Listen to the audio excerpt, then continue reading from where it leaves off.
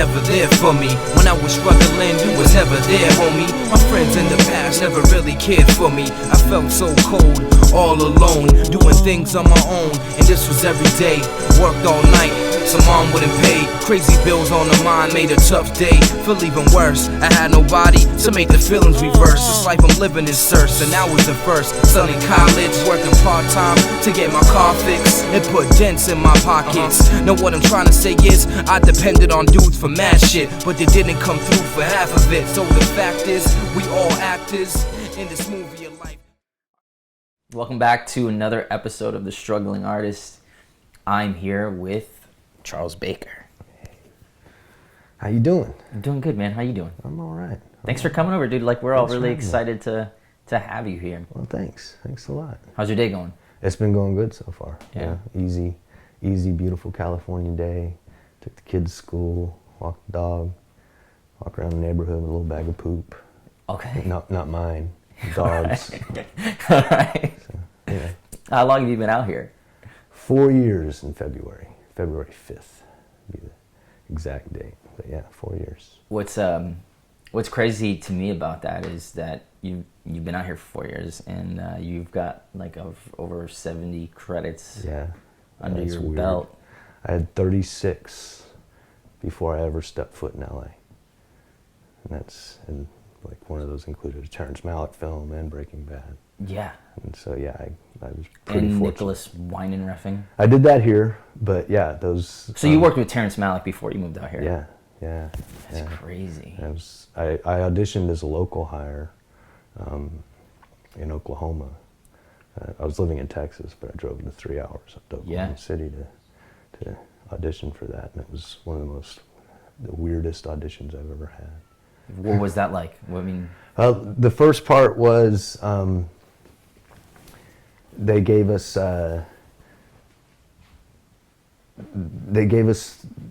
told us, one, we can't tell you who you're auditioning for, what you're auditioning for, but then they also sent a letter from the Oklahoma Film Commission saying, you really want to audition for this. Right. You know, that was kind of their pitch, and just trust us. Right.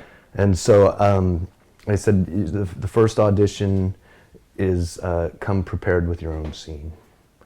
And so I showed up with a scene from a film that a friend of mine had written specifically for me and her husband. And it was just a short comedic scene that I played completely dramatic. And it was hilarious because I played it completely dramatic. And then after that part, then the director said, okay, now we're just going to talk. And it was a lot like this kind of thing, where he just started asking me personal questions about my life and my family and blah, blah, blah. Yeah. Okay.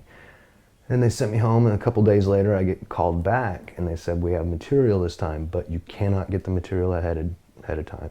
You get it, if you show up 30 minutes in advance, you have up to 30 minutes, but you can't have any longer than 30 minutes because we don't want you hanging out for an hour. You can show up 30 minutes and you can learn the material then and go in. And I get this, and it's like 6 pages of philosophy. Right. With a couple of paragraphs of dialogue in between that the philosophy was more the internal struggle that the character was going through, but it was really nothing you could use right. as an actor. It didn't give you any real information other than what the internal struggle was. And then a couple of quick dialogue moments. And one of my specialties is memorizing dialogue pretty quickly. So I walked in there without the script. And they're like, you just sure? got this. Right, yeah. You just got this 30 minutes ago. Right. I'm like, yeah, I'm good. And it was a struggle. I mean, I barely had it, but I think that helped with my performance. Yeah. Because it seemed like I was searching for those words. Yeah. Did you know who Terrence Malick was before you went to the audition? My wife was, I knew of him. I knew of his work. My wife was, she studied theater and film at TCU, Texas Christian University. And I remember distinctly one day her coming home and telling me about her film aesthetics class and about how all they did was study Terrence Malick films. And how he tended to use the magic hour and shot an entire movie just during the magic hour. That like allots what, maybe like 4 hours of the day? Yeah, and he would shoot thousands of hours of footage, and then edit it together into this movie. And she was kind of gushing about his work, and then 2 years later, here I am working on one of his films. Did you feel the pressure? Like, were you like, because your wife was such a fan and studied him? Well, that, and I mean, to me, he's like a Michelangelo of film. Yeah. And it's like Mona Lisa here, Yeah. And so it was incredibly intimidating. And you hear the Adrian Brody stories of Thin Red Line, where he comes into the movie thinking he's the lead character in this film, and goes to the premiere and finds out he's been cut down to a featured extra, and that's Terrence Malick for you. And so there's always that, like, you never know if you're actually going to be in a Terrence Malick film. You just know you're right. you get to try. Yeah. Having that opportunity. And so it was incredibly intimidating, just that aspect. But then I get the call a week before I show up from wardrobe, because everyone's providing their own wardrobe for this. Even they went to Ben Affleck's house and raided his closet for his wardrobe. And so they called me up and said, "Hey, here's what we need from you. We need these colors and textures and styles, and if you have anything like that, please bring it." And I was like, "Okay, I can do that." And he goes, "And if you have a pair of dark brief underwear, make sure you bring those." Hang on. Right. Why do I need underwear? And he said, you don't know? I said, I didn't even know who the director was until I got the contract. I don't know what my role, I don't even know what character I'm playing. He says, "Oh, well, let me tell you, you are the luckiest motherfucker on the planet." What? He goes, "You're having an affair with Olga Kurylenko in this film, Ben Affleck's wife. You're seducing his wife, and you have a love scene with a Bond girl." That's amazing. Yeah, that's amazing. I studied acting at Acting 1 and Acting 2 at a junior college in Fort Worth, Texas, Tarrant County Junior College. It's now Tarrant County Community College because they've upgraded. But one of my teachers there, and gave me some he's the one who told me if you're going to work in this business, learn everything about this business. You can be on set doing something and be available. But he kind of gave me this eye-opening lecture about knowing your type, understanding what kind of character you're going to play. Great. He wasn't trying to be mean. I recite it as if it was like this vicious thing. He said, "But you're never going to be the lead actor. You're never going to be the hero. You're never going to get the girl. You're a character actor. Right. If you accept that and go with that and build on that, use that, you're going to have a great career." So, okay, that's what I'm going to do. What technique was he teaching? I honestly don't know if there was a technique they were teaching. That was like first and second year acting, and it was just kind of an introduction to all of the styles. Yeah.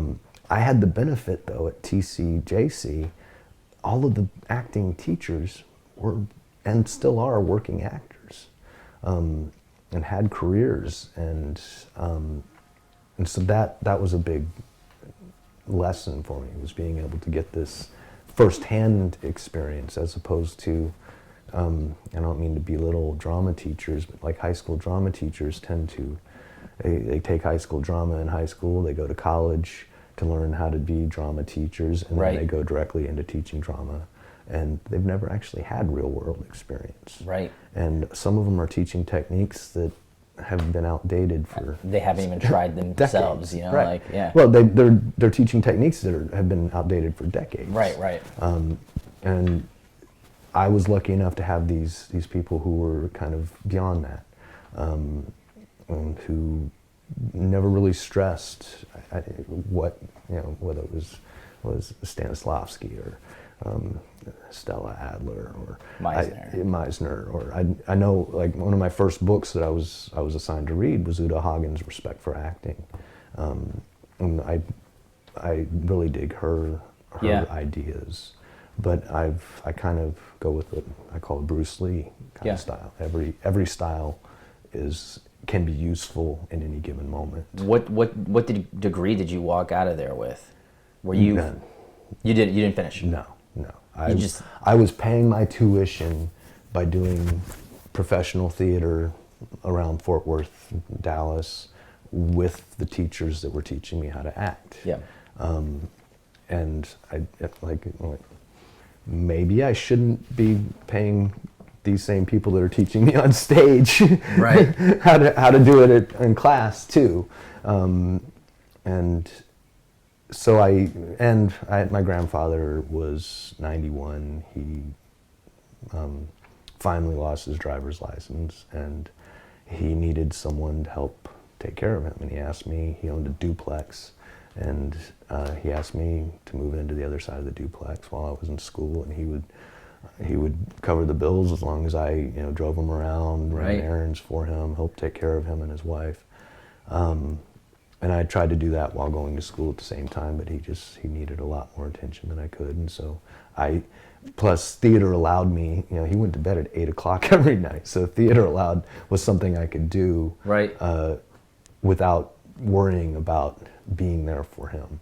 And so it seemed to be the right time to just pop out and get I learned better from observing and from doing than I do from being told how to. At what point did you figure out your type while all this is happening, or did you let the industry decide what your type was for you? I kind of had to let the industry decide what my type was for me. I did a lot of theater, and in theater, I was all over the place. I was the MC in Cabaret. I played Judas in Jesus Christ Superstar. Nice. I played lawyers. I played the crazier characters and the outlandish kind of characters, and I never really thought of I never really thought I'd actually get to be on TV, much less be a character on television. So I never really thought about it that way. But I knew. So it was always theater for you. It started as theater for me, and that's my wife and I met doing theater, outdoor summer stock in Fort Worth. Is she an actress as well? She has a degree in theater, and then she went to law school. Okay. And so now she does a little both. She has a commercial agent out here, and is getting auditions when she can. She has a full-time job, so she's more into. She really likes the stability of a paycheck as opposed to the. She hadn't worked in 5 years. I had been supporting Family of Five myself as an actor for about 5 years, and it was really starting to freak me out because everybody in my circle, my manager, my agents, they were like, "It's amazing that you're doing this well," and I'm like, "Amazing! I have to keep doing this well." It's like, if this is a fluke, then we're in trouble because I need to keep paying the bills. And but finally, my son started kindergarten, and so my wife, my youngest son, started kindergarten. So my wife was she had more free time, so she got a job too. And what would you say at what point in your career that you figured out, oh, this is. So I'm still on the topic of type. Right. When did it click for you? Well, I knew I was a character actor. Right. My intention was to be a chameleon, was to be anything I can convince someone I could be, and I didn't want to, and still don't want to be confined to a type. Mm-hmm. My goal is to transcend type, the way Gary Oldman, that kind of Bradley Cooper. Was like it's not just about type; it's about performance, and so that's always been my kind of thing. I know I'm a character. I never really. I always wanted to be tall and good looking, but I'm not tall and good looking, so I know I'm not the lead. I have the same guy. problem. It's. But you have to accept that, and you have to know your limitations, and then also know what your strengths are, know where the power is, right, in what you do and what you have, and what other skills do you have besides being an actor. So that's taking those. This is where I'm really most excited to have you over. I mean, did you book Breaking Bad in Texas? Yes, I did. As a day player. And I was a day player for 4 seasons on that show before they finally made me a top of show guest star in the final season. Right. And those the chairs that actors get. My chair had always been cast. Right. Everyone else had Aaron Paul. Blah blah blah. But you're a regular on the set, so you're coming by and like, hey, what's up, Charlie? What's going on? Yeah. And so it wasn't until the very last episode, the finale, that they finally had a chair with my name on it. That's nice. Like, I never got to sit on it on set. Because they didn't actually have it to me until we were done shooting that day. I went, hey, you got your chair. We put it on. I sat down. Went, oh, cool, and then took it home. And I mean, that must have felt great. It was, yeah. It was amazing. Did you know going into that it was going to be as big as it was? I mean, it changed the game. It did. It totally changed the game. And I had a feeling. We all had a feeling about it, but you never know how the audience is going to respond. Now, what's neat is it taught me the difference between realistic expectations and then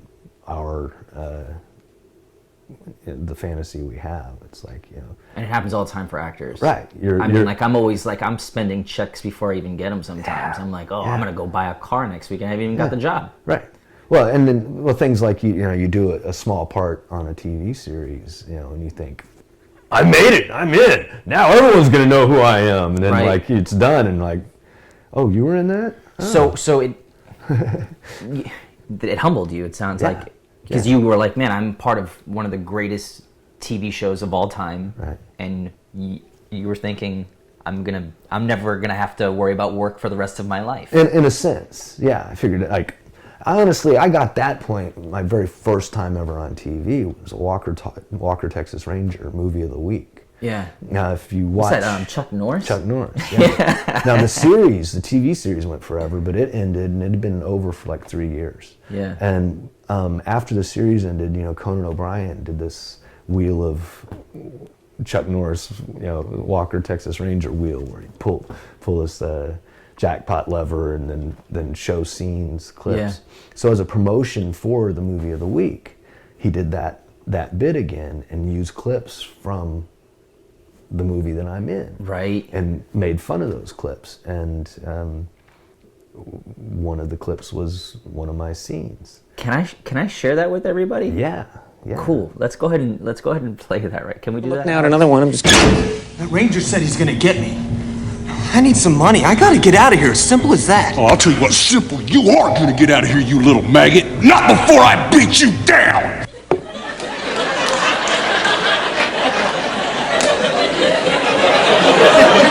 The hell was that? I could have played that part. I gotta get out of here fast! I think I'm in a lot of trouble! Why didn't they give me that part? I could have played that. All right, let's take a look at another one right now. I'm just curious. So Conan O'Brien's making fun of you. Yes, Conan O'Brien is mocking my performance, and he almost offers this challenge. He's like, I could have done that. Why didn't they give me that part? And then he starts making fun of doing an impersonation of me doing that character. Yeah. And did it hurt your feelings? Not at all. Freaking Conan O'Brien. Yeah. A lot of people were asked, like, "Oh my God, that was so rude." I'm like, are you kidding me? Yeah, I'm flattered. that TV show, that movie of the week was going to be my television debut. This Conan O'Brien thing aired before the TV show. So the first time I'm on national television is Conan O'Brien making fun of me. Right. Making fun of my performance on the show. And it wasn't like a degrading making fun of. He just, did a mocking version of it. And it was hilarious. It was a funny little bit.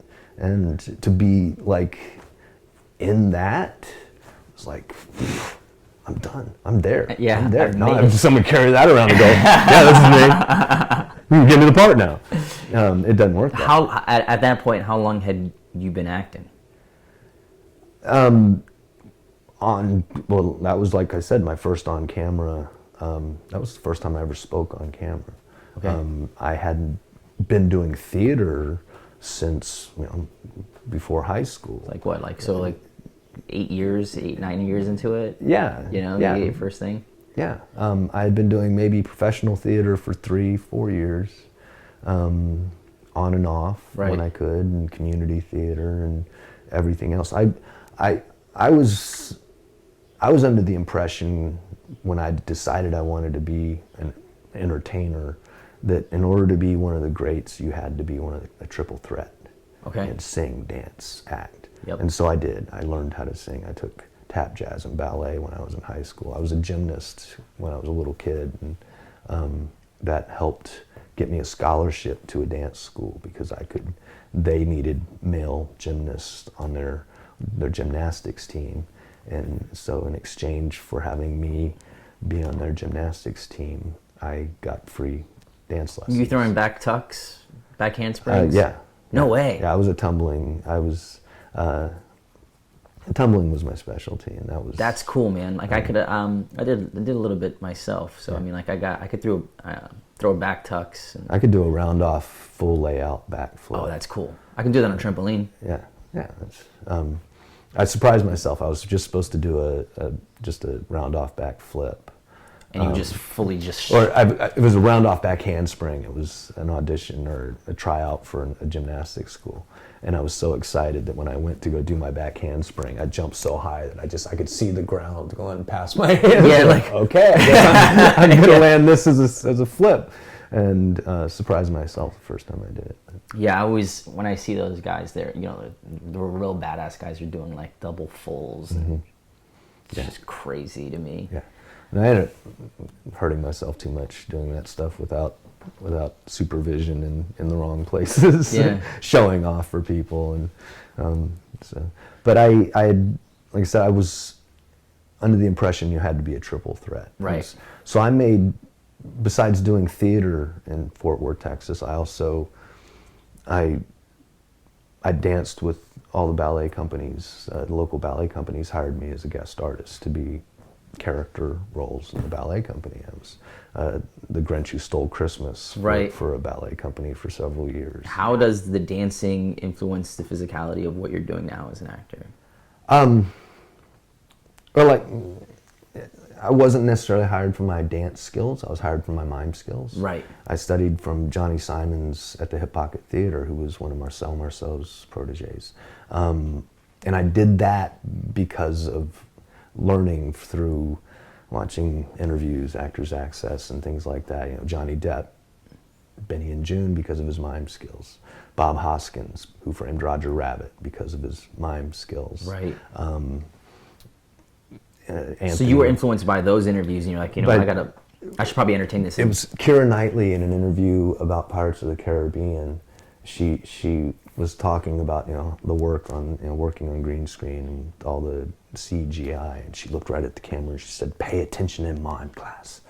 And the thing is, American schools don't teach mime class. British schools still incorporate mime in their theater curriculum. American schools kind of consider it kind of stupid, but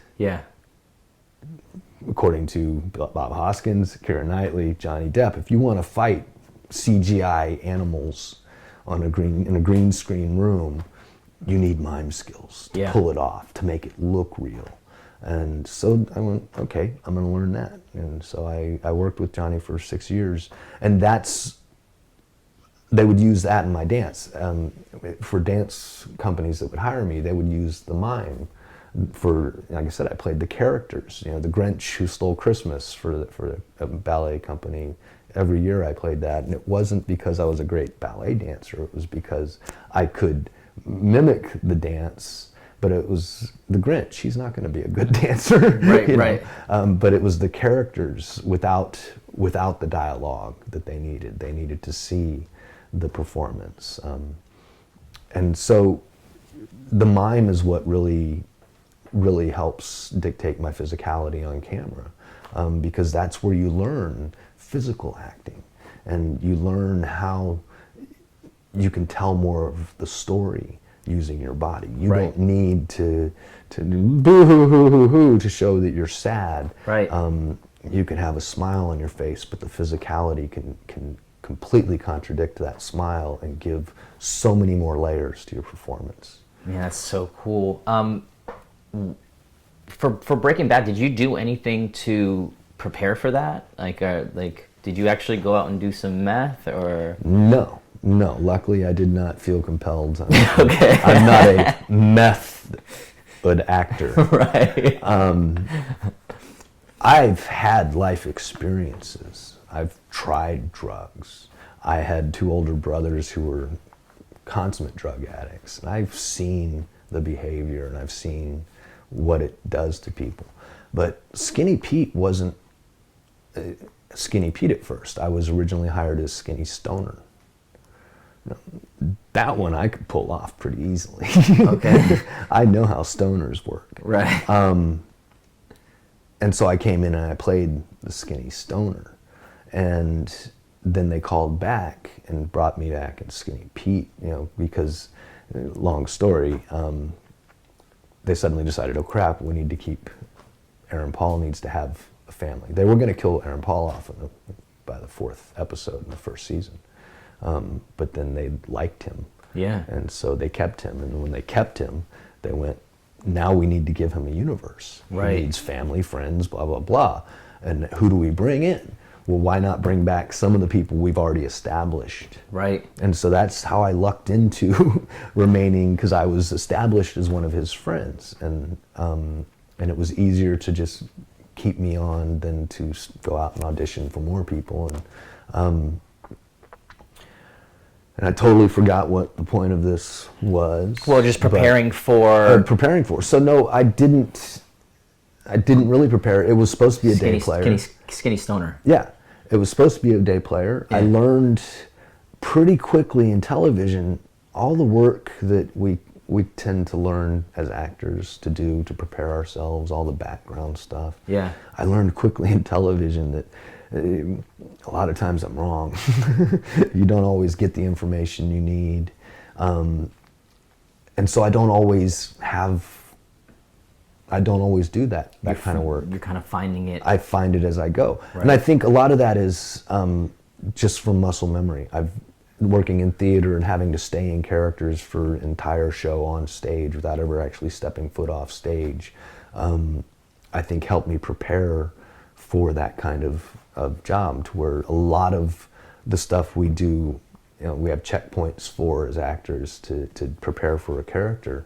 A lot of that became natural to me, to where I don't necessarily think about it. However, if you were going to ask me any of the questions, I could tell you immediately based on what I know about my character. Right.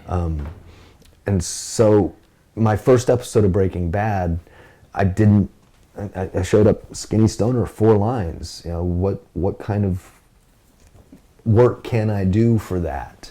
Other than know what it's like to be a stoner and try and fit in this universe in New Mexico. And I had this director who was on my first episode, who kind of helped guide how I played this character. Yeah. And it's like I was playing like way stoned, man, and they're like, no, just don't, just be stoned. You don't have to like show us how stoned you are, and just pull back the stoned, and why don't you say this line like this? Because sometimes less is more. Right. And he between he and I, just shooting that one scene, kind of created this character. And they called me back and said, we want you to do it again. I went, what did I do? How did I do that character? Right. What did he say? I didn't keep working on this character thinking that I'm coming back. I was done. And so, but I remembered one of my lines. I knew all my lines, but one particular line from my first episode was, yo, my pops is a contractor, he could hook you up. And so I spent my first, like right before I would start a scene on my next episode, I would repeat that phrase to myself, yo, my pops is a contractor, he can hook you up. And it was kind of like my primer to playing Skinny Pete, just to get the voice down. The physicality that from the mime training, that came the second I put on the wardrobe. I took Charlie Chaplin's kind of view on that. You know, sure. The from the outside in kind of thing. I put on the wardrobe and it's like suddenly I got the swag. Yeah. I got the swagger. I got the attitude down. I got my shoulders. You know, I know how I'm gonna talk. You know, I know I'm gonna use my hands a lot because I see people do that. You know, and so I kind of work from the outside in. Dope. And then like, how did he talk? How did he talk? And that was the main thing. And for the first few episodes I did right before we'd start a scene. Yeah. And he'd be like, okay, camera rolling. Yo, my pop's the contractor. Okay, I got it. And that's how I maintained that character. And then I started doing the work. Like started trying to like, okay, let's come up with some real solid answers to this. And right. Every friggin' thing I came up with, my next episode I'd get the script and I'm like, oh, that's totally against what I had thought of about this character. Yeah, because even on the arc of the show, I mean, you guys you have a heart about you when you guys start going to the AA meetings. You're like, man, I can't do this anymore. That was I love that. I'm curious, Charlie, what is your why? Why do you? Because I mean, you have a beautiful career. It's really awesome. It's been pretty awesome. Yeah. Why do you keep on doing it? I don't know that I really have a choice. I don't know I ever had a choice. I mean, I think we are products of our environment, and from a very, very young age, I knew I loved entertaining people. Mm-hmm. I knew I loved connecting with people like that, and it's like I'm a very sensitive person. I'm a very passionate person. I'm a very empathic person. And I love telling stories and being part of telling a story. Yeah. And I know how important every little bit of a story can be to make a story great.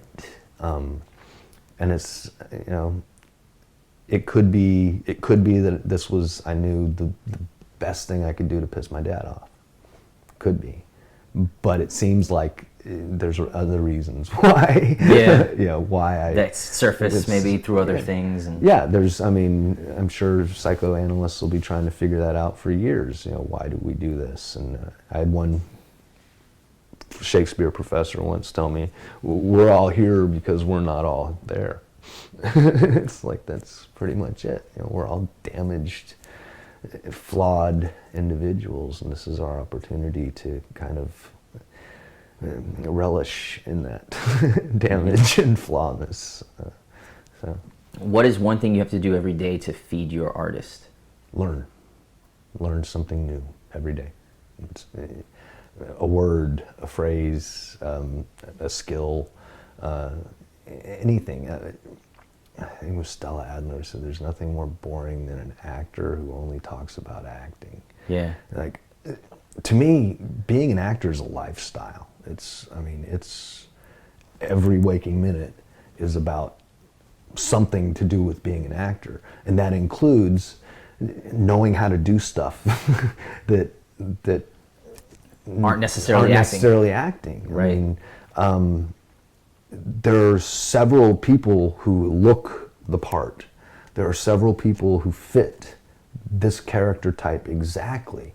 The one who's going to get the part is the one who has that special skill that they're looking for, you know? Right. Or something that'll make your role more dynamic is if the writers discover you have a special skill that they can use. in a show, which is exactly what happened with Breaking Bad. With the piano playing, that changed the audience's perception of who Skinny Pete was really quickly. And if I didn't know how to do that, it wouldn't have had as much of an effect, I don't think. Because they could have faked it and like had me just running my hands over a keyboard and showed someone else's hands playing. But Vince Gilligan specifically, he made them re-edit the scene after they shot it, because he specifically said he wanted the hands to be playing, and then he wants the camera to pull back and reveal who's playing it without any camera tricks. We want to see him playing that song as it's played. Yeah. And so that it has the power. We know we aren't being tricked. Right. So learning how to do things, learning archery, martial arts, surfing, riding a bike. My daughter, she's 9 years old. She just shot a pilot with Comedy Central herself, and we're still waiting on that. But she also just got an audition, called to audition for something in which she had to ride a bike. She hates riding bikes. She tried it and like, I don't like this, and just has no interest in learning how to ride a bike. And so I said, well, you can't do this audition. She went, why? It's like, you don't know how to ride a bike. It sounds like the craft is really part of your household now. Like it's yeah. My 5-year-old just finished a movie. It's got to be crazy. You get a bunch of actors. It is. It's weird. I've tried it. They're rebelling. This is their way of rebelling. I don't want them to do this. It's like, it's painful. It's harsh. It's a cruel business. Go be an architect or something. And they've come out at 5, 8 years old. They're like, I want to do that. I can do that. Right. Yeah. And they've done it pretty much on their own. I won't push them. I won't train them. I taught them how to read. Right. And when I taught them how to read, I taught them how to read in character. And that's one thing, my daughter has always been, she doesn't read, see Jack run. She's like, see Jack run! Yeah. Go Jack, go! She's a brilliant child. But they both said, I want to do that. And my daughter Kiri started going to auditions, and my son would have to come tag along, and he's like, when do I get to go audition? When do I get to go audition? Yeah. We got to a point where we had to set up a little audition screen in my house, and every now and then just, tape him, have him talk to the camera for a minute just so he'd get over it. But they both just and my daughter met an agent at a party, a 9-year-old, she was 7. Met an agent at a party, and the agent said, you want to be an actor? And she went, yeah. And now my daughter is represented by Abrams commercially and Paradigm theatrically. Those agencies turned me down while I was in the height of Breaking Bad. Do you think now if you approached an Abrams or a Paradigm, there's a place for you on a roster like that? No, and there's a. I mean, that just blows my mind. Like, why? I don't know if I'm gonna get totally lambasted for saying this. The information I was given, because I'm over 25, and I don't make over $500,000 a year on my own without them. And that's pretty much once you're over 25, you're over the peak. It's almost like you go to a meeting with these agencies, and if they don't like you, they send you on a mission to go get something else. Yeah. The agent who eventually signed me, when I first moved here, I had my Texas agent, Linda McAllister. She's based out of Waxahachie, Texas. She's not out here at all. She has an office here, but she doesn't really have a presence here. Right. And she's growing out here, but when I came out, she had just barely opened it. It has P.O. box, basically. Right. So I was driving out, and because of Breaking Bad, I was approached by a manager who knew my agent and had been informed that I was moving out here. And so he called me, and I was actually on the highway somewhere outside Arizona. And when I got a call from him saying, hey, I'd like to represent you as your manager. Would you mind coming in and meeting with me? Heck yeah. So I signed with him pretty quickly. He actually got me my audition for Blacklist before he and I even met. Because he called me back later and said, hey, I don't want to overstep my bounds. This isn't like me trying to say we're already together, but this opportunity came along. It seems perfect for you. Would you be interested in letting me submit you for it? I went, yeah, let's do it. And so I signed with Alex, and so then he's like, now we're going to find you an agent. And Linda, she's a local agent. She's very good for Texas as a regional agent. Right. And she knows when her clients outgrow her. Yeah. And she was like, you need to move on. You need to find a better, not a better agent. You need to find an LA agent, someone who's connected, someone who can keep up with what you're doing. And so she was very cool about that. And she's still my regional, my Texas representation. And that's for all the local stuff that's going on out there. But I mean, even she catches wind of stuff that's out here, and she's like, every now and then, yeah. And she helps, kind of feed us information that we wouldn't normally get right away for roles that are coming out of the Southwest that aren't necessarily auditioning here yet. So it was just started me and Alex, and he said, we're going to find you another agent. And he submitted me to all the big guys. And Abrams actually met with me and then ultimately decided against it. But he kept submitting, and we couldn't find an agency right away. And he's like, cool, we're just going to keep going on our own. Mm-hmm. What we should do is just get a lawyer. And I don't know how, it was through a connection of his. I ended up with this incredibly high-powered attorney negotiating my contracts for me. And it was just me, my manager, and an attorney. And we did that for maybe 6 months, and then the agency that signed me, Green and Associates, they called my manager and said, hey, we're interested in this Charles Baker guy. Can you tell us something about him? And Alex said, well, why don't you go back and check your emails? Right. And so they asked if they could meet with me, and they met. We sat down at the table, and they said, look, here's the thing. When you were first submitted to us, you had just moved here, you were like in height of Breaking Bad.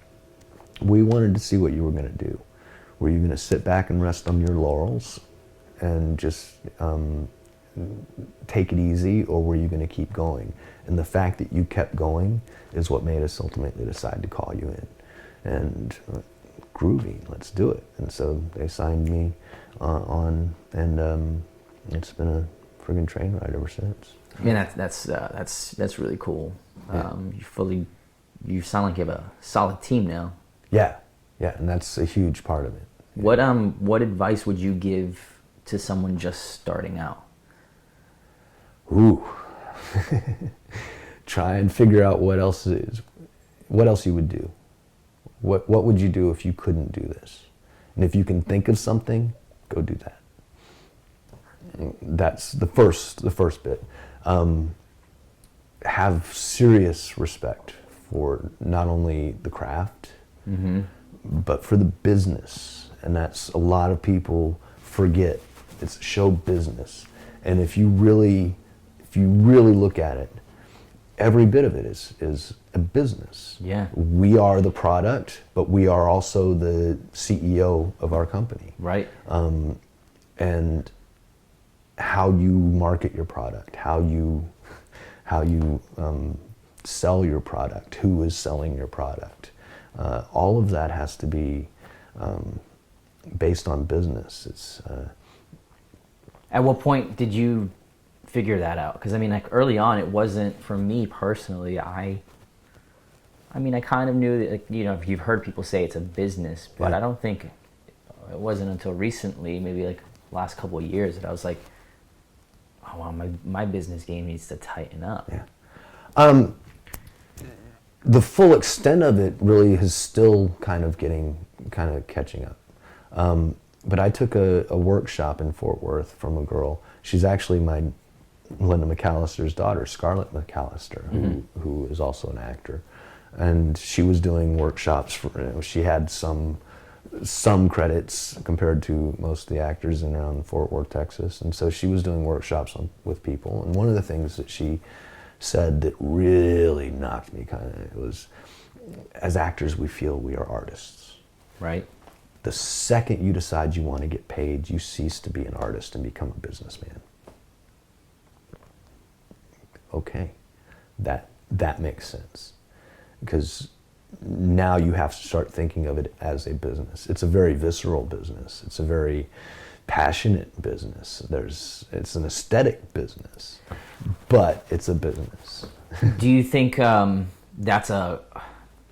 I feel like that's a tight line to walk, because it's like, if you're doing it out of business, right, then does that mean that your artistry or your passion takes a back seat? Does that almost? I mean, you have to balance the passion and the artistry with the business part, and you have to find a way to keep them both on a level playing field. Yeah. If you take the passion and the art too far, you're gonna alienate people. If you let go of the passion too much, you're not gonna have what you need to succeed. Yeah. And so, but that's part of that. It's a lifestyle and a business, and so everything I do also involves keeping the passion up, and that's doing stuff like this. Yeah. This is kind of my dream right here, is sitting in my house making my own content, not necessarily interviewing people. I don't necessarily feel I have the right personality for doing the questioning. I mean, like, I'm figuring it out right now. I don't, like, sometimes I'm like, man, I'm not engaging enough, but like, really, I came to the decision because I'm genuinely interested in other actors and how they did it. So like, it does feed my passion. Right. This is healthy for me. I feel like, instead of me sitting here. Well, watching your other interviews, the one thing that impressed upon me was the fact that you actually listen to the person talking, and you don't just have this checklist of, while you do have some points you want to hit, you aren't just about hitting those points. Right. You work your way into them. You listen to what's being said and further the conversation, and that's a skill. A lot of these guys, a lot of new interviewers tend to just want to, like, they ask a question, you give them a great answer, like, let's go with this, and then they're like, okay, and now what do you think? Okay, well, you didn't want to keep going with that. I had some great bits planned, but whatever. I like the interaction. Thanks, it's important. And you obviously, like, I keep on going back. I look at your resume and I'm like, man, you worked with this person. You worked with so many cool people already. And like, at the end of the day, when I die, I want to be like, man, I did all these beautiful things and I told these beautiful stories. But I know already in my short time in the industry that there are patches that there's no work. Right. And one of our thing is, it's the struggling artist. But how do you embrace that part of the struggle? Like, I've had to learn to accept that part and learn how to not let it bring me down, not let it drive, start doubting myself and start eating at my confidence. I took a lot of seminars when I was in Texas, and one of the moments from that seminar was the guy said, I want you to get out a piece of paper, write down this phrase, and then take this piece of paper with you. Every job you get, and I want you to tape this piece of paper to your dressing room mirror and leave it there. And so write down this phrase: this is not my last job. Take that with you and put that up, because that's the thing we get. We do a job and like, okay, it's awesome. You're at the height of like everything you want. You're doing a job. You're working in the business. You're on camera. They say cut. You're wrapped. Now I'm fired. Now I have no job. okay, and now is it going to be a year, or is it going to be 6 months? Is it going to be a week? Is it, when am I going to work again? And you start to panic. Am I ever going to work again? I'm writing that down. I don't have this that. is not my last job. That's cool. That's going on my board. And stay passionate. Find ways to keep yourself passionate. And learn that there are slow periods, and learn how to accept them, and learn how to find calmness in yourself. I garden, take care of my kids, play with my dog, and engage in hobbies, try new art, learning Spanish, and just whatever you can to keep your body and mind whole. Yeah. While you're in between those times when you're bearing your soul to the world. This next question, like it varies usually on my guests, but like you've already been doing it for so long. But like on your deathbed, what do you want your body of work to say about you?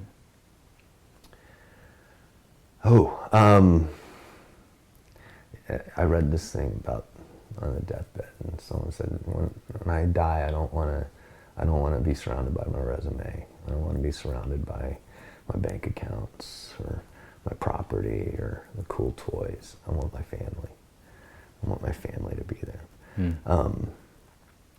So maintain that integrity, maintain respect that I receive for doing what I do, and being able to maintain my self-respect in the process, and to know that I've accomplished something more than I ever dreamed I could. That was, my wife and I, when we got married, that was like a running joke about, wouldn't it be funny if he got on TV or something?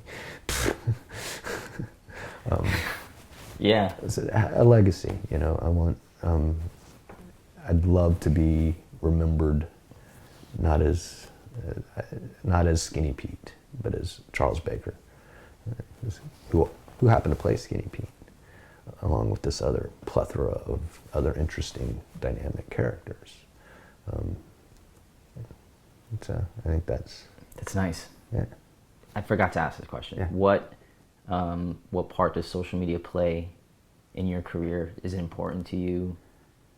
Yeah. Do you think do we need to focus on it as actors? I know some actors who don't and are doing fine.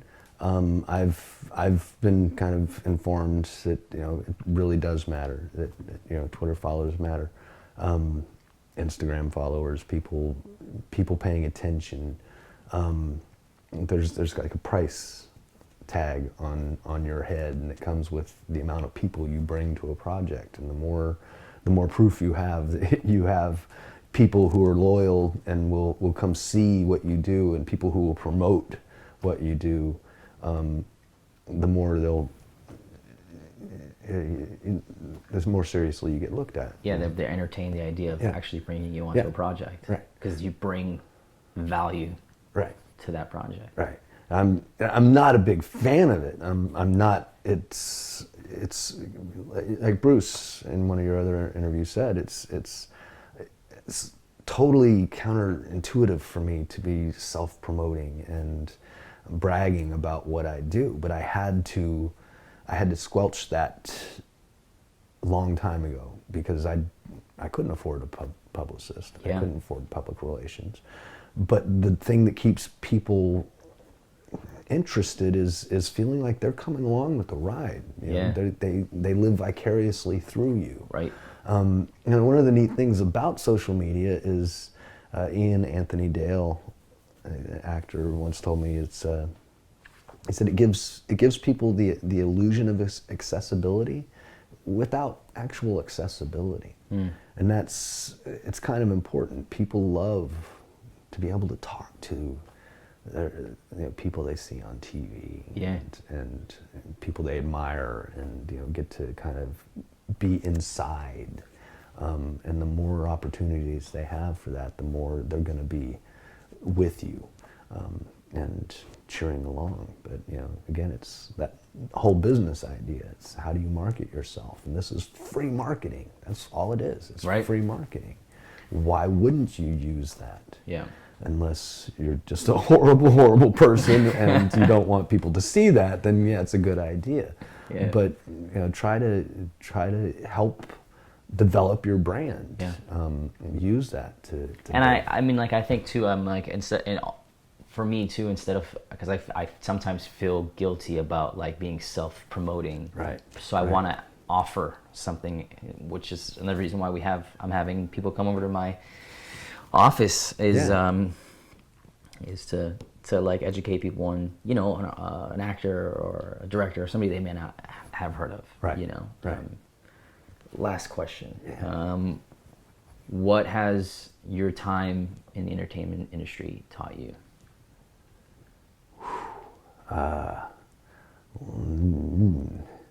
Lots of stuff.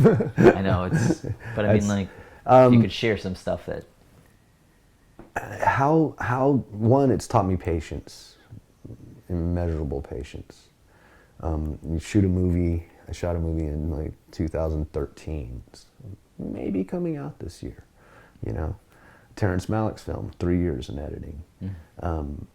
You learn to get over the instant gratification of, like, especially like theater. You know, you get that instant gratification. You tell a joke, audience laughs. Dude, I suffer from instant gratification. Yeah. But I'm learning. I'm definitely learning to accept that. Yeah. It's not going to pop out tomorrow. Right. Anything that's good takes some time. Right. Anything worthwhile is going to take time. And, you know, it's not about quantity. It's not about how much work you do. It's about how good is the work that you are doing. And not just you personally, but like, what's the quality of the shows you're choosing or getting opportunities to be on. And, it's patience, and really learning about the business aspect, and that nothing's personal in this business. It's really nothing is personal, and we take a lot of stuff because we're like children when we're on set, because we're living in fantasy land. We're having to use our imagination, and so we become like children. We just like want everything now, you know what? Right. Like, I want my way, and learning how to like control that and keep that business in mind, and not letting your impulses and the passions burn bridges. It's tough. It's a labyrinth of choices and complications and expectations that you have to just navigate in order to survive and thrive. Well, man, thank you so much for coming over. Glad to be here. We really, really appreciate it. Is there any what is your Twitter handle, or do you? I'm at Charles E. Baker on Twitter, and the Charles Baker on Instagram, where you'll get lots of pictures of my dog and my rabbit and my kids. All good stuff. All good stuff. Yeah.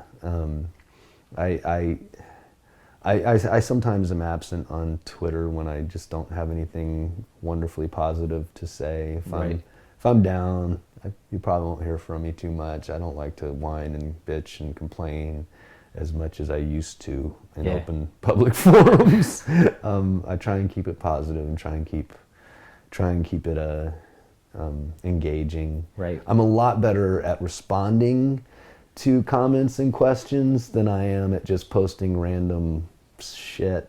So, hey, say hi.